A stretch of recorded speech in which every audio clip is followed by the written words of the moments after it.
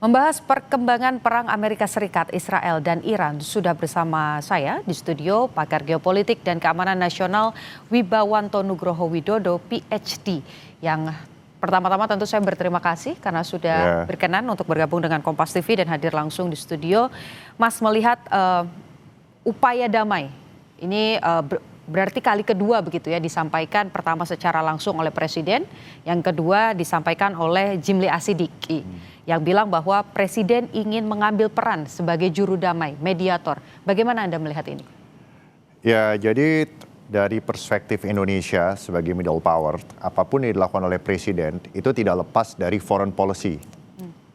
Tidak lepas dari postur foreign policy Indonesia. Yang ada 6 elemen di situ. Yang pertama adalah strategic orientation-nya. Jadi apa yang menjadi tujuan dari foreign policy Indonesia?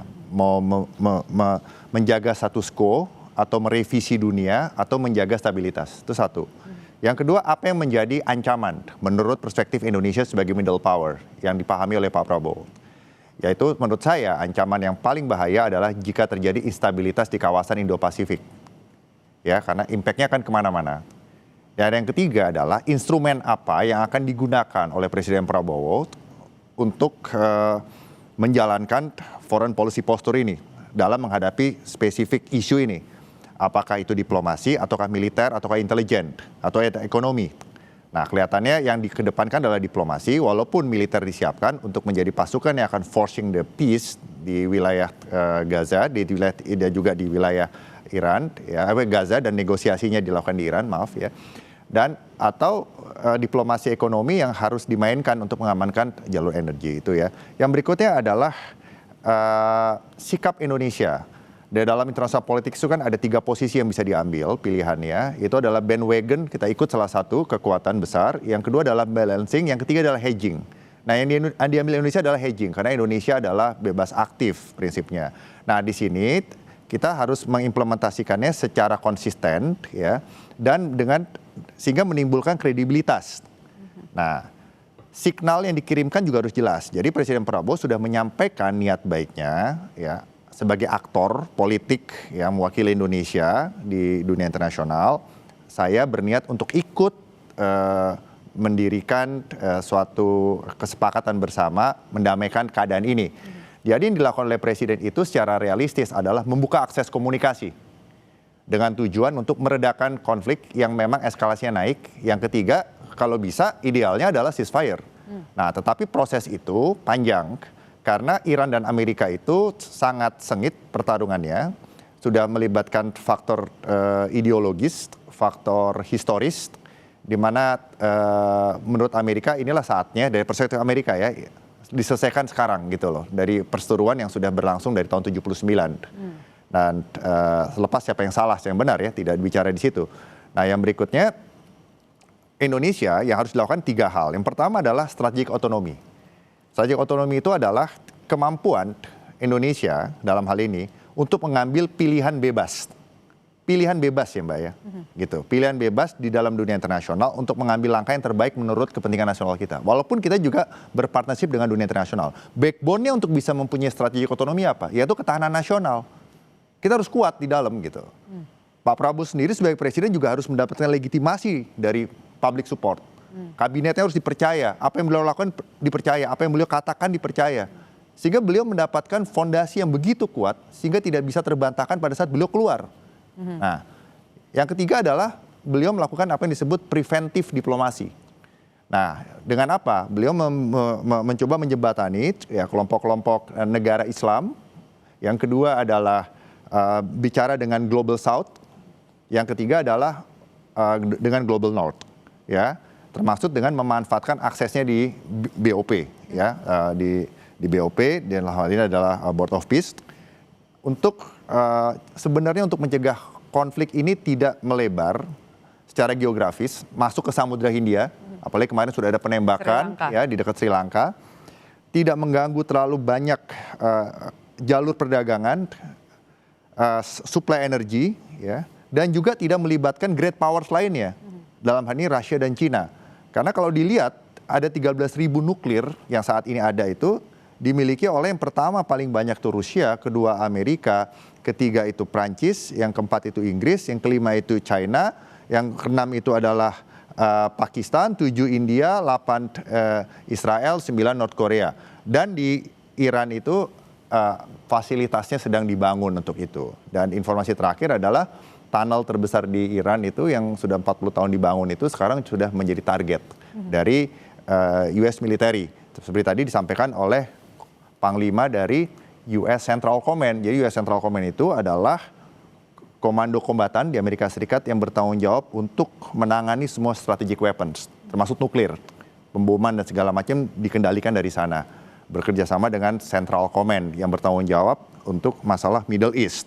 Nah, jadi apa yang dilakukan Pak Prabowo ini, persyaratannya ada 2 aja sebenarnya. Mendapatkan public support dari Indonesia, yang berikutnya adalah mempunyai ketahanan nasional yang cukup. Sebenarnya yang diprotek oleh Presiden itu harusnya adalah kepentingan nasional. Dan Pak Prabowo saya yakin melakukan ini juga untuk memprotek kepentingan nasional jika terjadi sesuatu. Yang paling bahaya itu adalah sektor energi. Selain instabilitas kawasan, ya, karena itu akan memunculkan juga yang namanya perang opini, akan terjadi juga radikalisasi yang menyebar kemana-mana, isu yang liar, ya, sehingga perang proksi di mana-mana karena great power sudah terlibat. Dan ini sebenarnya kalau kita lihat tidak lepas dari apa yang selalu saya sampaikan dari abad 15 sampai abad 20, persaingan antara ruling dan juga rising power itu dari 20 itu hanya 25% yang tidak berakhir perang gitu. Yang 75% berakhir perang terbuka, ya. Jadi selama itu belum terjadi perang terbuka, yang terjadi adalah irregular competition. Ya, perang seperti api dalam sekam di dalam international politik, dan lama-lama itu akan mengarah kepada naked warfare gitu. Nah, yang terjadi sekarang ini fakta menunjukkan bahwa anggaran militer di dunia adalah yang terbesar sejak era Perang Dingin, 2,7 triliun US dollar, ya. Jadi ini paling besar. Ini bukti bahwa akhirnya permasalahan-permasalahan yang dulu diharapkan, ya, bisa diselesaikan dengan cara-cara yang liberalis based, institutionalis based, dan juga konstruktivis based. Akhirnya kembali lagi kepada realis based gitu. Dimana tadi Presiden Trump mengatakan jika Iran menyerah, jika rejimnya ganti, jika militer sekarang menyerah, saya akan bangun lagi. Berarti apa? Berarti kembali lagi kepada order baru, menggunakan pendekatan liberal, pendekatan institusionalisme baru, dan pendekatan konstruktivis baru. Jadi ini sebenarnya dalam siklus politik internasional, dalam sejarah peradaban manusia, ini merupakan siklus yang namanya rekonstruksi sistem global. Jadi perang ini adalah perang eskalatori dan arahnya akan panjang kalau bacaan saya, dan akan mengubah konstelasi sistemik politik global termasuk ekonomi global. Termasuk yang selama ini dijalankan oleh dunia sejak era Perang Dingin selesai, yaitu globalisasi berdasarkan prinsip efisiensi resources, berubah menjadi sekarang globalisasi berdasarkan national security interest. Jadi artinya kita nggak sembarangan. Mungkin kita mau investasi suatu negara, kalau dulu lebih resource efisiensi basisnya, sekarang karena keamanan nasional basisnya, kita tidak mau investasi situ. Oke. Nah, tapi gitu. kalau kita lihat, berarti kan ancaman terdekatnya adalah soal bagaimana ini meluas ketakutannya ya, meluas sampai ke berdampak langsung pada kita dengan adanya perang di Indo-Pasifik. Anda melihatnya dengan apa yang terjadi hari ini, dengan penolakan yang kemudian disampaikan oleh Iran juga di satu sisi, dia tidak mau negosiasi karena berkali-kali ditipu, AS juga syaratnya berat sekali begitu, pengen negosiasi kalau Iran menyerah. Ini berapa persen menuju meluas sampai ke Indo-Pasifik? Ya, jadi gini, Amerika jelas arahnya, rejim harus berubah. Ya, pertama adalah militer dilumpuhkan, ya, sehingga perang yang sekarang terjadi multi domain warfare, darat, laut, udara, space, ya, nuklir juga, ya, cyber itu sudah mengarah, ya, kekuatan secara konvensional terlihat itu memang berat ke Amerika karena overwhelming kekuatan Amerika dan Israel, ya, dan doktrin perang Amerika adalah shock and awe, artinya adalah memberikan kejutan, memberikan solusi cepat, perang cepat selesai. Jadi American way of war gitu loh. Nah, tetapi dari perspektif Iran itu berbeda. Perspektif Iran ini ada yang namanya perspektif historis, ya.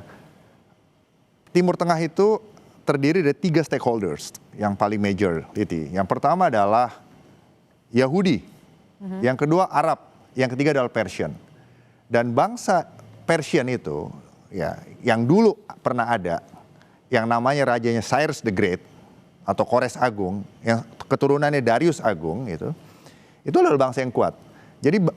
Jadi superpower ini kalau dirunut itu ada namanya Assyria kuno, Egypt kuno, Babilonia kuno, Persian zamannya Darius, terus Greece Alexander Agung, Makedonia, dan Roman Empire sampai Ottoman Empire dan American, dan yang Iran ini menempati wilayahnya Persian dulu, tapi semangatnya besar. Mereka juga mempunyai mentality yang kuat. Sehingga walaupun militarily mereka kalah, mereka masih mempunyai kekuatan proksi lainnya. Misalnya Hizbullah, misalnya milisi di Irak, misalnya di Yaman. Artinya dengan dua sudut pandang yang berbeda itu, perang ini mungkin akan berlangsung lama? Mungkin berlangsung lama.